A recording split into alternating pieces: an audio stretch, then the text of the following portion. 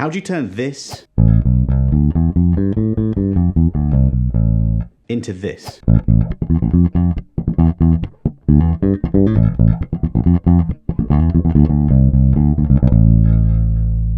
So in this lesson, I'm going to take one scale, a 1 octave A natural minor scale, and I'm going to show you what you need to know to turn that scale into music.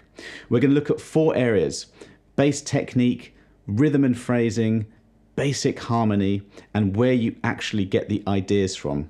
Do feel free to skip around the chapters below. Let's start off with rhythm and phrasing. So I'm going to take the 1 octave scale. I'm not really going to think about things too much other than I want to stick to an 8th note rock type rhythm. So at this speed, 1, 2, 3, 4, I'm sticking to 1 and 2 and 3 and 4 and. There are 2 8th notes per beat. I'm not going to think too much about the notes. I'm just going to use a selection of the A natural minor ones.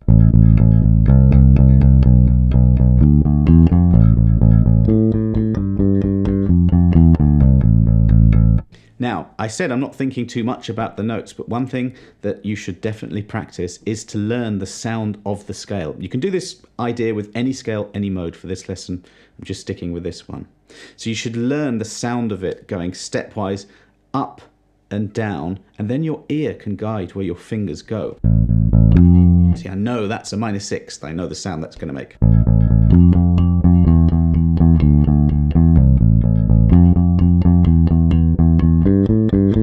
Right, what about adding in some space, some rests in music? Let's do something very similar.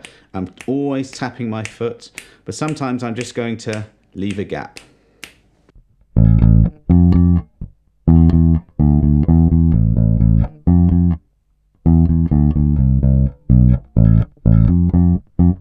So I'm nodding my head as well, and when your foot taps down on the floor, those are the beats. When it comes up, those are the off beats. So leave gaps. Now this sounds quite rocky because I'm using 8th notes and the scale sounds a little bit dark. But what happens if we use some 16th notes and perhaps some octaves as well? So those were 8s, 1 and 2 and 3 and 4 and digga digga digga digga digga. Those are doubling 8ths, we get 16ths, okay? So let's add some of those in with some spaces, sticking to that scale.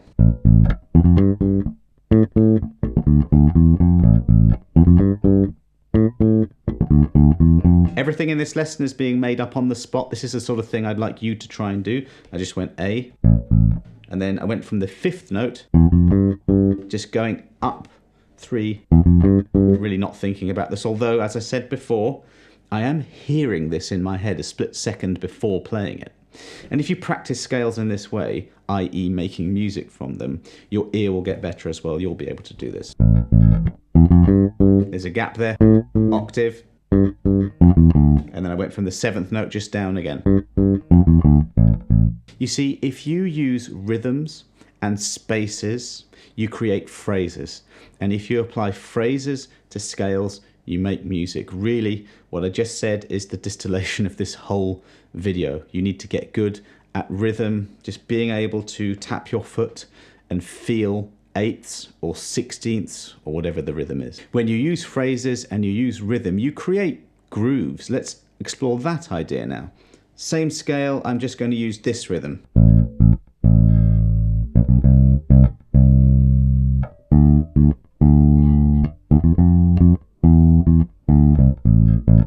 So that kind of dun, dun, dun, okay? And I'm just going up the scale. I'm alluding a little bit here to harmony, but we won't talk about that until a later section in the video. Then go up again.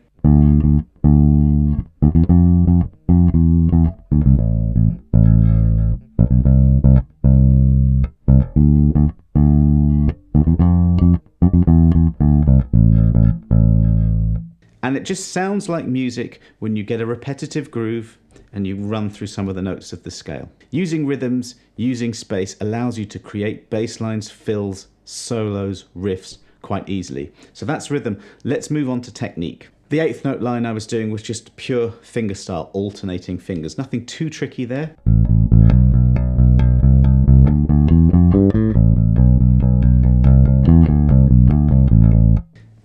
There was a little bit of intricacy at the end there. And And if you don't have that coordination between the hand down, then you won't be able to play this. That's a really obvious sentence, isn't it? But work on your technique. Your technique is your means to express the ideas that are in your head. And what you don't want to ever do is to be tripping up over yourself because your technique is not there. This is a good scale to learn because it especially works on that third to fourth finger, which many people find tricky. If this is a little bit tricky and you can't quite get that distance between the fingers there, just move up the neck a little bit where the frets get narrower. You can do exactly the same shape and it will work. That's finger style. That's, again, same scale. What about octaves using a bit of slap?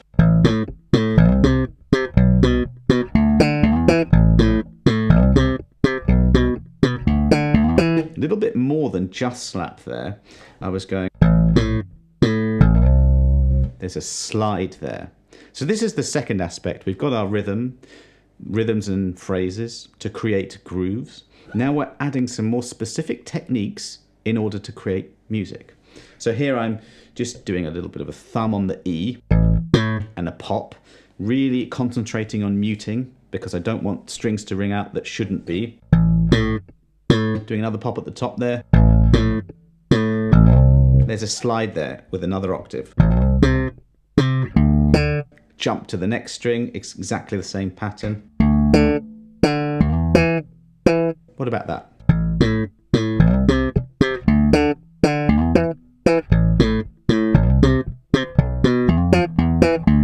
And just there. I've been going to that sixth note, haven't I, quite a bit. I know what it sounds like. And then descending.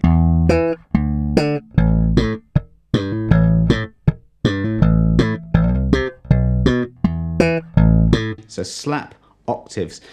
You can't do that without having some of that technique together. Okay, that's really obvious. So work on whatever the techniques are that speak to you. If you don't like slap, use a plectrum. If you don't like plectrum, use your fingers. Just make sure you've got it down. I'll move to fingers, do a similar thing, and explain.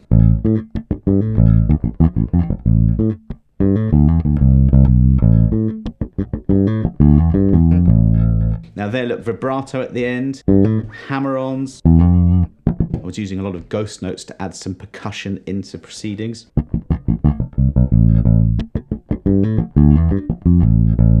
Can't stress how important that is, just counting.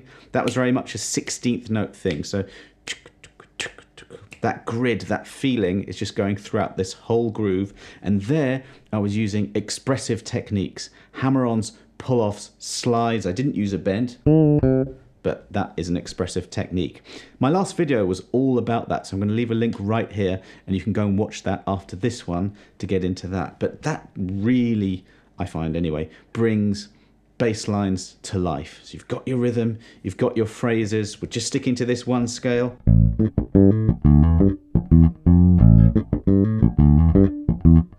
And that brings this to life, that makes music. So you don't want to just make bass lines up from scales. You want to make bass lines up from the chords and the arpeggios that come from scales. So in A natural minor, we have this sequence of chords. It's really just the scale. But on each of the 7 different notes, we're playing the first, third, and fifth notes, degrees of that scale, and you get a chord that way. So on the very first note, I'll just do this on the first note, you've got A, B, C, D, E, F, G, A. And if you take the first, the third, and the fifth, A, C, and E, that's a triad. If you play those notes together at the same time, you get a chord, okay? Which bass players don't tend to do, but we play the arpeggios, the chord tones. And that really is key to being able to make up bass lines and also hear them in music. So let's do this. Let's take the first, the fourth, and the fifth chords from that sequence. You'll notice they're all minor. And let's do some sort of a reggae thing. So 1, 2, 3, 4.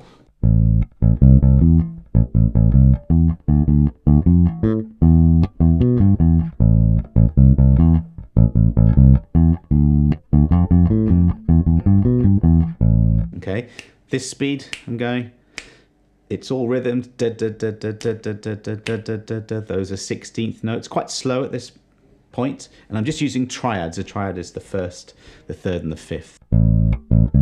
These are all minor.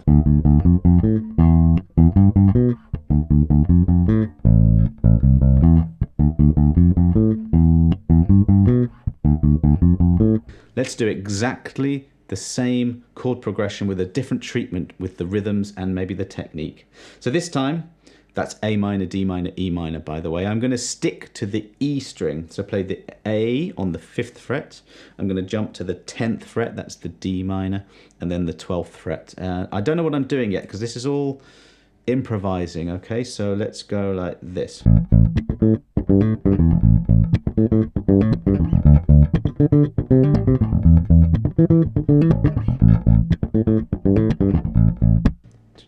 I'm only putting that slap in just to give you the beat. So it's 1, 2, 3, 4. I'm putting it on 2 and 4. Do that with the metronome, by the way. So have it go. 1, 2, 3, 4. Just click on the 2 and the 4. That simulates a backbeat, and it's a great way to get your timing down and to get a groove. All I was doing there. Octaves with a ghost note before it. There was a 7th in there, so that's the root, the octave, and that's the flat 7. You just go 1, 3, 5, 7 to find that. It's brilliant notes, that. I don't know if that's what I did, but let's settle with that. Little hammer on at the end.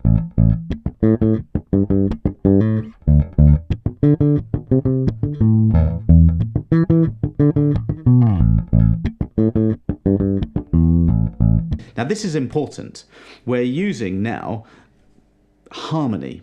So notes still coming from the scale. All of this comes from that original scale, but I was just fleshing the notes out a little bit. So instead of just root notes, which is what I was doing before, I've got the root, the 5th, the flat 7, and the octave, okay? And it just so happens that that selection of notes, that pattern, works on the A, the D, and the E, the 1, the 4, and the 5.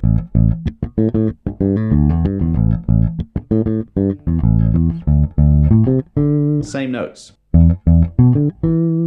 What if we went?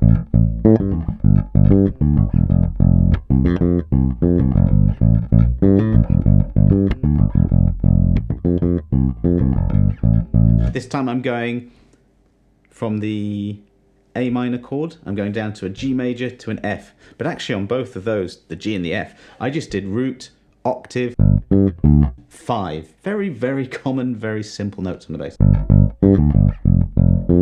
And again, sticking to a groove.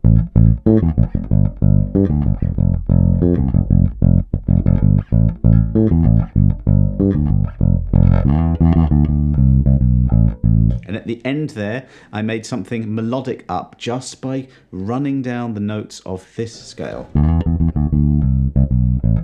I could do a million more chord progressions and styles, but I'm going to move on to the last part of the lesson, which is how do you find ideas? Now, I find this is the most fun part, and it's actually quite easy. You just listen to bass lines, listen to loads of different styles of music, listen to lots of different songs, and figure out the bass lines you like. They will very often be conforming to the ideas I've given you in this lesson. A groove, some chords, a scale. Very quickly, if you were to turn the 6th note, that one there, the F, into an F sharp, and keep everything else the same, you have a new scale. It's called a mode. It's called the Dorian mode. That's the 2nd mode of a major scale, G major in this case. And if you were to apply the same ideas, except with this selection of notes, it would sound a bit different to the last selection of notes.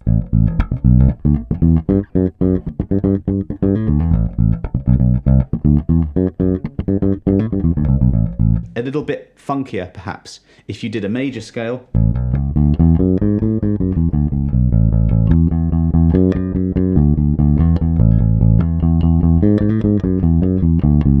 Once you start listening to your favorite players and styles, you can emulate a player or a genre, and that's where I'm getting the ideas from this. A funky thing, because I've listened to funk music loads, and I've listened to Flea loads, so I understand that Dorian sound. And Bernard Edwards used it on Good Times. You know, the sort of pop stuff, I love Tony Levin, so I've listened to his lines, you know, studied different players. If you love jazz, listen to Jaco Pastorius or anyone and just work out what those players are doing. And it will be these elements. So if you did get anything from this lesson, please do give it a like and subscribe to the channel. I go way more into depth in this kind of improvising, taking theory and improvising in a beginner course I have. So I'll put a link to that below. Otherwise, thanks very much for watching. If you do want a little bit more practice on what to play over chord progressions, watch this video right here. Otherwise, I'll see you on the next lesson. Thanks.